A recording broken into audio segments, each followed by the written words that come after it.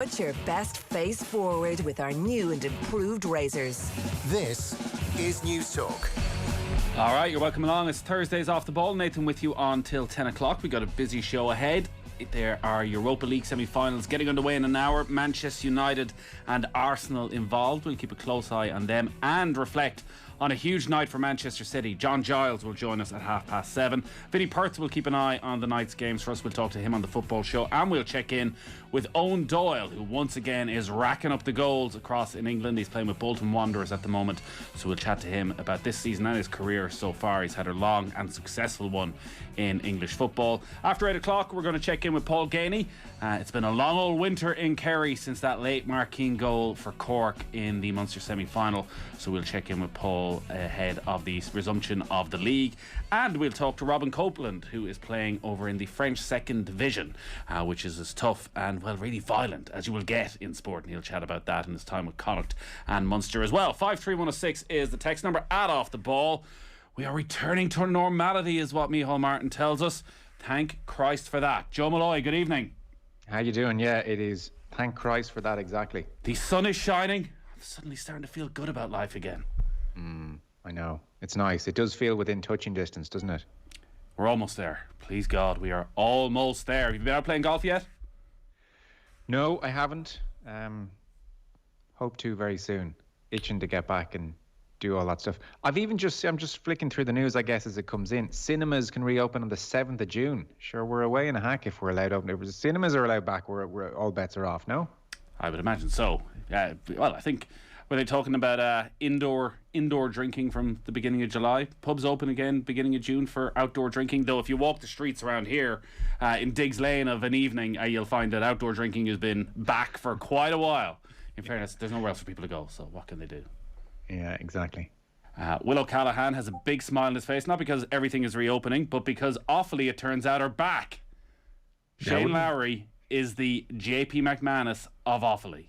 He has decided, you know what, I'm sick of this. He was sitting at home watching the All-Ireland final last December and thought, JP McManus getting a lot of credit here, isn't he? I want a little bit of that love from the people of Offaly. So he is going to become a backer of Offaly GAA. Will, your boys, this has been a good day. Yeah, the funny part is that story isn't all that inaccurate, really, in terms of it was a conversation he had with JP McManus after the All-Ireland final, which led to this investment that he's made. It's been called a generous individual sponsorship being made by Shane Lowry each year. But perhaps far more importantly for Offaly GAA, they can now lean on Shane Lowry for all of their fundraising and all of the corporate commercial end of things that they want to do over the next 5 seasons. So, you know, it's costing Offaly GAA about $7,000 a week to keep things going currently, and between the Faithful Fields, the Centre of Excellence, and the upkeep on O'Connor Park. So, you know, you do the maths very quickly, that's about $300,000 a year. And last year they lost about $250,000 because of the lack of gate receipts. So no matter what amount Shane Lowry's putting in, which wasn't disclosed today, whatever he can raise each year in terms of probably eventually when things get back to normal, getting very rich people to go to a golf course to play a round of golf with him being there, it's going to make a huge difference for Offaly GAA down the track. It doesn't affect their existing sponsorship agreements either. So Carl's are back for 31st season as the sponsors of the jersey for the hurlers and footballers. Listen, Carol's have done a brilliant thing, obviously, but a large part of me wanted Shane Lowry celebrating his open win on the front of the jersey. I wish he had that ego. I wish he had that in him, that he was like, I'll give this money, but really I want to see a lot of me all over that Offaly kit. Yeah, I don't think a single Offaly supporter would complain, even after 3 decades of Carl's, if it was Shane Lowry's visage, which was on the front of the jersey. But he's decided to take a little bit of a background role while allowing his celebrity to be used for, you know, fundraising along the way. And Bord na Móna will also be staying on as Offaly's title sponsor on the Faithful Fields and on O'Connor Park. They have to renegotiate that deal in October. It's the 5-year period now, so there's a break clause at the end of that, but it's expected that they'll renew for 5 more years too. So it looks like Offaly bucking the trend of many county boards who've been struggling financially, because they raised $200,000 themselves. And, you know, I think a lot of credit probably has to go to Michael Duignan as chairman, who has been a very forward-thinking chair since he got in at the end of 2019 and at the turn of the year into 2020. Yeah, Michael Duignan talked the talk, and he is walking the walk down in Offaly. Joe, we were talking to Shane Lowry earlier. We did a long, really interesting interview with him for Golf Weekly. So if you want to listen to that, Shane Lowry today, Padraig Harrington on Monday. You can get on to otbsports.com/Golf Weekly. And he's just become so knowledgeable about the game, about his own game, about other players. It was a fascinating hour. But for him, he has his Open Championship. He has set himself up for life. Like, this is a dream come true for Shane Lowry to be in a position to actually support what he loves the most, which is Offaly GEA. His family is rooted in it. And also, say, not really going out. Yes, he's publicising it, but he's not putting himself front and centre here. He wants it to be about development. He wants it to be about grassroots. And, geez, he's doing a really good thing for his own place here. Yeah, isn't it very admirable? And as Will says, I mean, in conversation with JP McManus, it seems it was when, well, he said to us, he texted him when Limerick were picking up the All-Ireland to say congratulations or whatever. Wish I could do something similar for Offaly. And, well, then he thought, well, why don't I? And things moved from there. And he was at pains to even stress to us, it's not like Shane Lowry is ploughing millions into Offaly hurling. Suddenly there's a, donation. But he said as much as anything, it's his time. So golfing days, he might tap into some Irish American money knocking around and wanted to go into underage structures and various things. And yeah, you'd have to say good on him. I mean, he's walking the walk as well. Loves Offaly, obviously has the family connection through his father, often to be seen at Croke Park. And it's great. And geez, as we know, the cost of running inter-county teams is just off the charts at the moment. Even we had Kevin McStay on the show on Sunday, and he was saying, like, Roscommon, when they let AIB in the dressing rooms that time a couple of years ago, that was the difference. For instance, you'll remember, Nathan, they went to a replay with Mayo and Croke Park it was either quarterfinals or Super 8s. I can't remember which iteration of the knockout stages it was, but he was saying if they hadn't let AIB in the dressing room that year, for instance, in that replay, they would have been driving up the morning of the match. That kind of money let them stay in a hotel so they didn't have to trek up the morning of a match type thing. So that's the reality for the smaller counties. Don't worry, people of Mayo. I've been on to Kevin Kilban and told him now is the time to step up. You've taken the glory for years as Mayo's #1 supporter. It's time to back it up with hard cash. So I'm sure he'll be in touch sometime soon. Of course, there's no history at all in Mayo when a wealthy individual comes in and wants to support the county of it all going horribly wrong and ending up on the front pages of the newspapers for weeks on end. Mayo Day is coming up this weekend. Did you know that? They've done a brilliant video for Mayo Day, the Mayo County Board. They're running their own fundraiser at the moment, and it's the most Mayo video of all time, where while it's incredibly inspiring, and by the end of it you think, God, there's nowhere else I'd rather be from, the first 40 seconds is every horrific heartbreak that has ever happened to Mayo, including video of Tom Parsons' injury. It is, here's how bad things could possibly be, yet still somehow we are the greatest of people. It's check it out online and support Mayo, of course, because we don't all have a Shane Lowry, unfortunately. Lots of text. Go on. I feel I have to kind of point this out as well, that, when you go to Shane Lowry's family tradition, maybe you've missed out by not getting some money from him for Mayo as well, like considering his uncle is one of the few All-Ireland winners to play for Mayo in the last half century. This is very true, but he's never, unfortunately, he's 100% Offaly, Will, and because he showed him so much love, and when he comes back to Clara, he has never acknowledged any Mayo-ness whatsoever. So, listen, enjoy all that moolah. We move on. Can I just clarify, when did Mayo Day become a thing? Is this a GAA instigated thing, or does every county in the country have a day? No. Mayo just have their own day. So don't you worry about it, Joe. Is there Westmeath Day? No, not that. Who wants to celebrate Westmeath Day? Mayo people just need a day in the middle of the day. It is, see, May 1st, May Day, Mayo Day. So it's an opportunity for the diaspora to reconnect with all that is good about the green and red. And would you have grown up knowing May 1st was Mayo Day? No, this is a new marketing spin that's come out over the last few years that people have obviously capitalised on. And here, why not? They do a bloody good job of it. So we're celebrating Mayo Day. Of course, every day on Off the Ball is Mayo Day, some people would argue. 53106 is the text number. So from June 2nd, I can stay in hotels around the country, eating, drinking, getting drunk indoors, but we can't host domestic fans for the Euros or go to a League of Ireland game. Farce. some of this obviously in some ways doesn't add up. The fact that you can't go to a hotel but you can't go inside to a pub. So if you stay overnight, you can go to a bar at that hotel. And again, it will raise questions, I think, considering every other country is able to host games for the Euros. How 2 weeks after that we can't host matches behind closed doors even, or get 3,000-4,000 people into the Aviva Stadium. Yeah, there are lots of anomalies here. There are. Cinemas grabbed my eye because I just thought, well, that's the perfect example of, a spreading type situation. But, subject to health, public situation at the time, they say, but cinemas June 7th. There's tons of anomalies. Like, I was even thinking, you were asking there about going back to the golf. Like, I hadn't realised, like, the government are all for non-members being allowed playing clubs. That's no problem. But Golf Ireland have almost imposed this members-only rule, which I have to say I think is very strange and questionable. I would have thought it's an open goal opportunity for golf to attract new members. There are lots of people, even in my world, getting on to me saying, God, I've been thinking about it, would love to get out and play some golf. And I'm turning around to them and saying, oh, it's members only. Now, I think the thinking is to reward members who've played their subs, I suppose, when we've been in lockdown. But really, there are enough tee times to go around in the main. I think leave it up to clubs. I would have no problem with non-members coming and playing at my club. Like, the more the merrier. Get people involved in the sport. I just think it's a massive missed opportunity. And it kind of feeds into a slightly snooty reputation, I think, members only. Like, if people want to come and play around, let them in and play.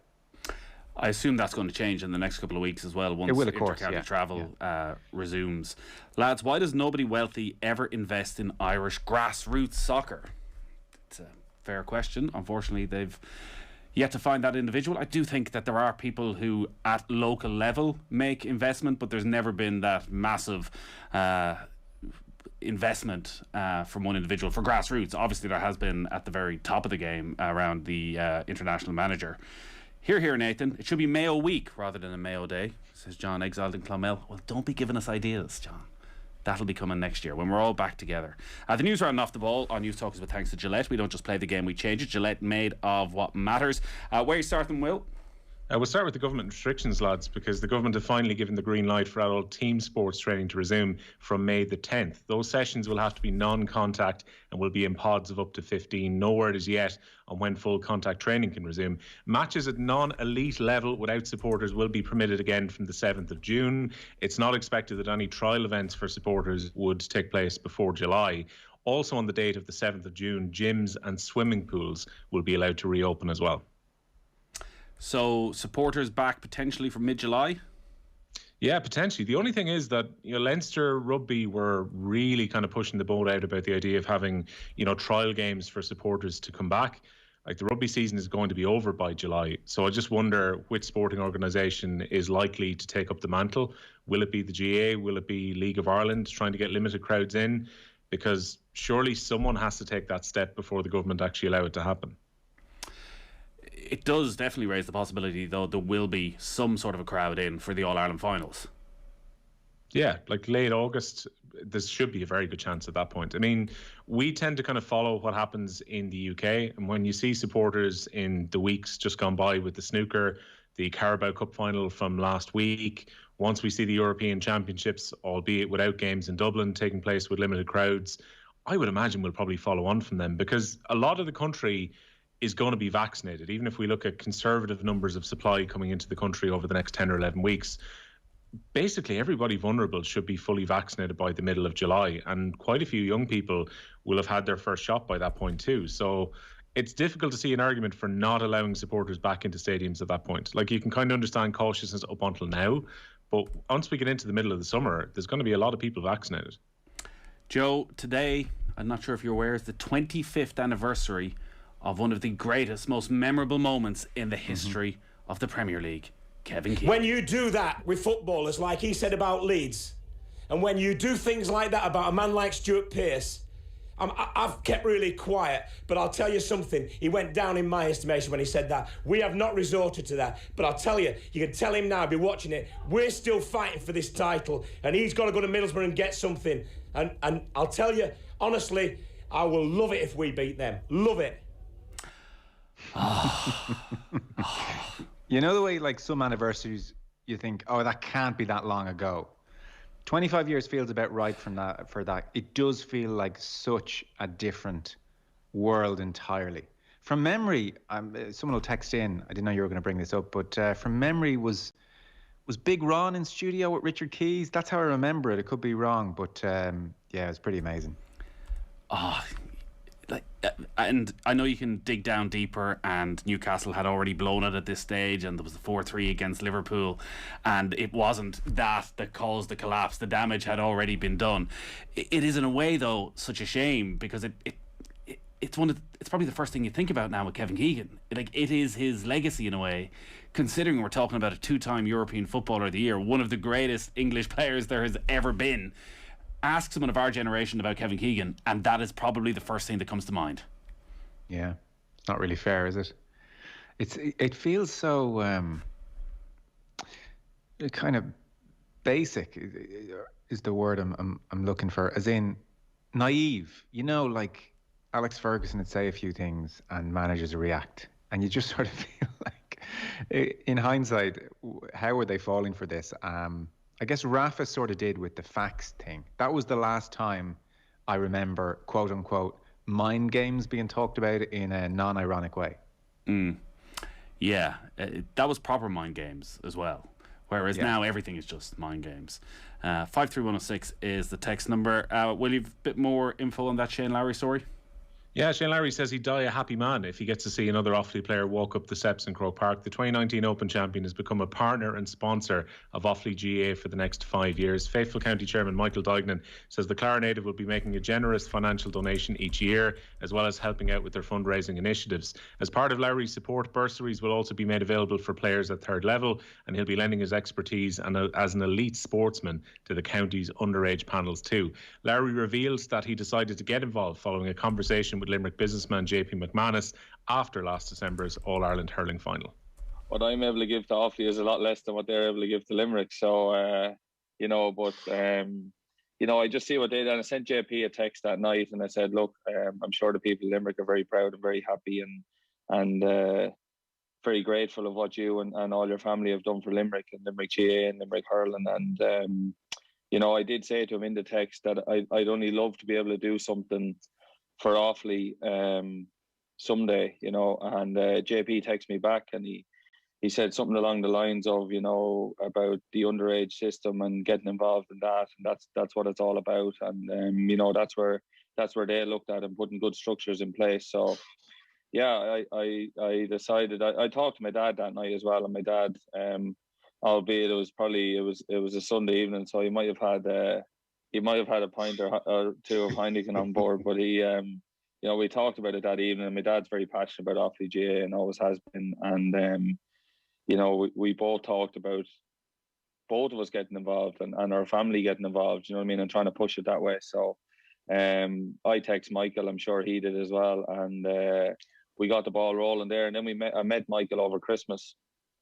I went out to the Faithful Fields out in Kilcormac. It's the first time I'd seen it since it's been finished, so it was nice to see that. And it's an amazing facility. It's probably one of the best training facilities in the country, so to have that there and to not have the structures in place to fulfill the actual facility we have, it's kind of sad to see. But obviously I've come on board now as much as I can. I'm going to try and help as much as I can, but it's I think there's a long road ahead for Offaly GA, but hopefully this is the start of great things. And that's kind of, we're probably not going to see any rewards over the next few years, but in 10, 20 years, if I could somehow see an Offaly man walk up the steps in Croke Park, I'd probably die a happy man. So that's what this is all about for me. Yeah, Shane Lowry there, and that is the point, Will, that there is no quick fix, unfortunately, for Offaly in football or hurling right now. No matter what investment comes in, this is going to take a long time. Yeah, I think we're all resigned to that. I mean, the hurling team are getting ready to play in a totally glamorous one a group with 2 teams in it in the Christie Ring. That's how far the hurlers have fallen, and the footballers would in all likelihood have been playing in the Tailteann Cup if the Tailteann Cup had been available to play in this year. So Offaly are not where they were when they won an All-Ireland title in hurling 23 years ago, or the memories of winning the football and beating Kerry's 5 in a row back in 1982, or the back-to-back in the early 70s. They're simply not in the same place. But again, it seems that the commitment is very much at underage level. Offaly have got 2 Leinster finals to play whenever those games come back, probably now in the middle of June or after the leaving cert. So there's plenty of green shoots, and I think having Shane Lowry involved is going to do no harm whatsoever. And Will, you'd know the neck of the woods there pretty well. That was obviously a pretty special generation which came through in the 90s, basically just 2 clubs and something magical about the whole thing. Like in Offaly now over the last decade, have numbers dropped? Are teams on the wane? Like, what's gone so wrong there? Well, in hurling particularly, Joe, the funny thing is the teams of the 90s, with a couple of notable exceptions, like there was a couple of players, one from Edenderry, one from Shannonbridge, who would have been on the team in 1998, who would have been from almost exclusively football areas playing on the team. But for the best part, the rest of the side would have come in South Offaly from clubs that were in a kind of a 12-mile radius. So it was a very kind of unusual situation where those teams in the late 80s and 90s all came from the one base. Since then, the kind of power in the county has moved. Like Kilcormac have been to an All-Ireland final. The northern teams have actually got much better, including Ballinamirrdouro, where the current county chairman, Michael Dignan, is. Standards dropped. I mean, it often happens in counties whereby, say they're successful, and there's a drop-off then when success is happening.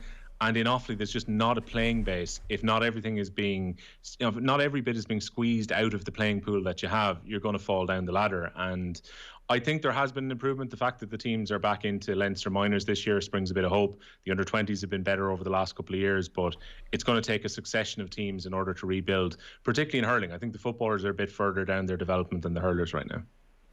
Team news in for the Europa League semi-finals? Yeah, Manchester United against Roma and Arsenal against Villarreal. Arsenal going up against their former coach Unai Emery in that game in Spain tonight too. They've made the decision to play Nicola Pepe up front. Martin Odegaard is going to play behind him. They've gone for a midfield then of Saka is going to be out on the left. Thomas Partey back in Spain, the former Atletico Madrid player, alongside Dani Ceballos, who says he won't be staying beyond the end of the season. And Emile Smith-Rowe will probably play a little bit further forward and over on the right. And then they've got Granit Xhaka potentially playing in defence alongside Pablo Mari. They've also got Holding and Chambers, and Bernd Leno is going to keep goal. So that's the Arsenal team. Intrigued to see how the shape is going to be. It might be slightly different to that UEFA team sheet which was put out. Roma have got 2 former Manchester United players playing against them at Old Trafford. Chris Smalling is back from injury to play at centre-back, and Henrik Mkhitaryan will be supporting the former Man City striker Edin Dzeko in attack. Dzeko's only scored 1 goal in his last 8 games, but he's been entrusted to lead the line. The Manchester United team then, David De Gea is in goal, Aaron Wan-Bissaka at right back, Lindelof and Maguire are the central defenders. Luke Shaw's at left back. McTominay and Fred play just in front of them. And then you've got Rashford, Bruno Fernandes and Pogba, who will be in support of Edison Cavani. So Ole Gunnar Solskjaer, who's never got to a major final with United, they've lost 5 semi-finals up until now, has gone all out, Nathan, with that team selection. Yeah, big for both clubs. Arsenal need to win the Europa League to get into the Champions League and save their season. For Manchester United, Joe, they need some silverware. Ole Gunnar Solskjaer, a Europa League, it would still feel like a sign of progress. Yeah, big time. Second to Man City, and the Europa League win would absolutely be a sign of progress. And they have a really good chance of doing it. I mean, they should be pretty firm favourites, I would think. Certainly for the Roma game. Roma are in terrible form, and as Will said, Dzeko's not scoring goals. So we had Paddy Agnew on last night, and he said, really, United should win this over 2 legs pretty comfortably, certainly. And then you're in a final, and, it's very, very winnable. So they probably should be winning it. I think that's about their best team as well. It's a way to get Pogba in the side. I guess Greenwood's missing, but Cavani, anytime he's played, has been really good. So you'd fancy them to go through. The fallout from the European Super League continues, Will? It does, yeah. 5 senior executives involved in the plans for the Super League have now resigned from their roles within the Premier League. No great surprise that Manchester United's Ed Woodward among them. Also the Chelsea chairman Bruce Buck and his Liverpool counterpart Tom Werner. Officials from the 14 English top-flight clubs which didn't sign up for the breakaway proposals have been calling for them to be removed from their positions. It's been Willie Mullins' day again at Punchestown, lads. A Grade 1 double. Paul Townend cementing his lead in the champion jockey title race. 7 ahead at the end of racing this evening. He steered Energumene to victory victory in the Ryanair chase. There was only 4 runners in the race, but the surprise was Classical Dream, who landed the Ladbrokes Champion Stayers hurdle. The 2019 Supreme Novices hurdle winner had 9 lengths to spare over stablemate James de Burley, so that was a Mullins 1-2. And Henry de Bromhead confirmed this afternoon that the 7-time Grade 1 winner Honeysuckle will be running in tomorrow's Champion hurdle at Punchestown. Lads, Touching Distance by Martin Hardy is a must-read about the Newcastle Entertainers team, one of the best football books out there. You get a real sense of the deep bond and connection between Keegan, the club and the city. That comes in from Neil and Knockray. I haven't read it. Any of you lads read it? No, not yet. No. We'll check it out. In fairness, you'd be surprised if Shane Lowry didn't help out with Offaly. He's just such a sound lad. You rarely get 2 texts in that the words Shane Lowry and sound don't come together. I think the difference with this is, listen, I'm sure Shane Lowry has dipped in before to help out Offaly here and there. This is a long-term commitment, and he's given up his time, and his most precious commodity is his time as well. So as much as there's a personal investment, if he's hosting golf days, these are things that actually take him away from his family, from his practice. So I think you got to admire what he's going to do and what he's going to do over the next 5-10 years, and you hope that he gets a reward. And maybe there's a Leinster Football Championship in there for Offaly at some stage, Will? Oof, Jesus, I'm not sure how much we're expecting Dublin to go off the boil over the next 20 years. I think Shane has very comfortably got his place on the Mount Rushmore of Offaly, of the off-the-ball Mount Rushmores. We put him there as the first person last year. I'm glad he's proven us absolutely correct. He has his major forever, so he's going to be loved in this county particularly for the rest of the time. So it's not like this is something he had to do for PR. I'm surprised you brought that up, Will. Wasn't the most controversial? Were you going to say what's that about being controversial, Nathan? The Offaly Mount Rushmore, I didn't think you'd want to bring it up. You were so damaged by the fallout from it, but it's fine. You can go and check that online. Sorry, Joe, I interrupted you. Sorry, no, I jumped in. I was going to. So you were asking a sneaky Leinster Football Championship for Offaly over the next 5-10 years. When, genuine question, give me your year here. When is the next time the Leinster Football Championship is not won by Dublin? What year? I think there'll be a freak result at some stage, but if the Leinster Championship continues, Dublin will win 14 of the next 15, without question. They may get caught somehow on a shocker of a day by a good Meath or a lucky Kildare side, but that'll be as good as it'll get.